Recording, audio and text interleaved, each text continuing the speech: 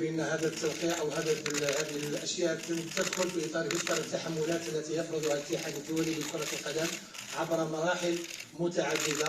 آخر أجل في نهاية هذا الشهر لتقديم هذا الملف، وأكيد أنه ستنتقل أو ينتقل فريق من فريق العمل للحضور إلى مقر الاتحاد الدولي لكرة القدم لوضع هذا الملف رسميا.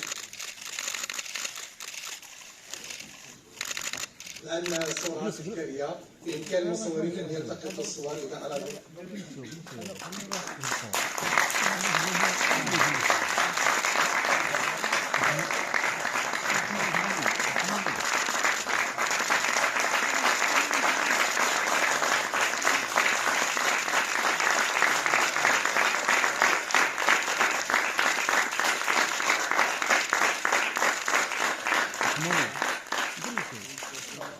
إذن كانت هذه الصورة التذكارية للترشيح المشترك بين الاتحادات الثلاث، الجامعة الملكية المغربية لكرة القدم، الجامعة أو الاتحاد البرتغالي لكرة القدم، والجامعة الملكية الإسبانية لكرة القدم.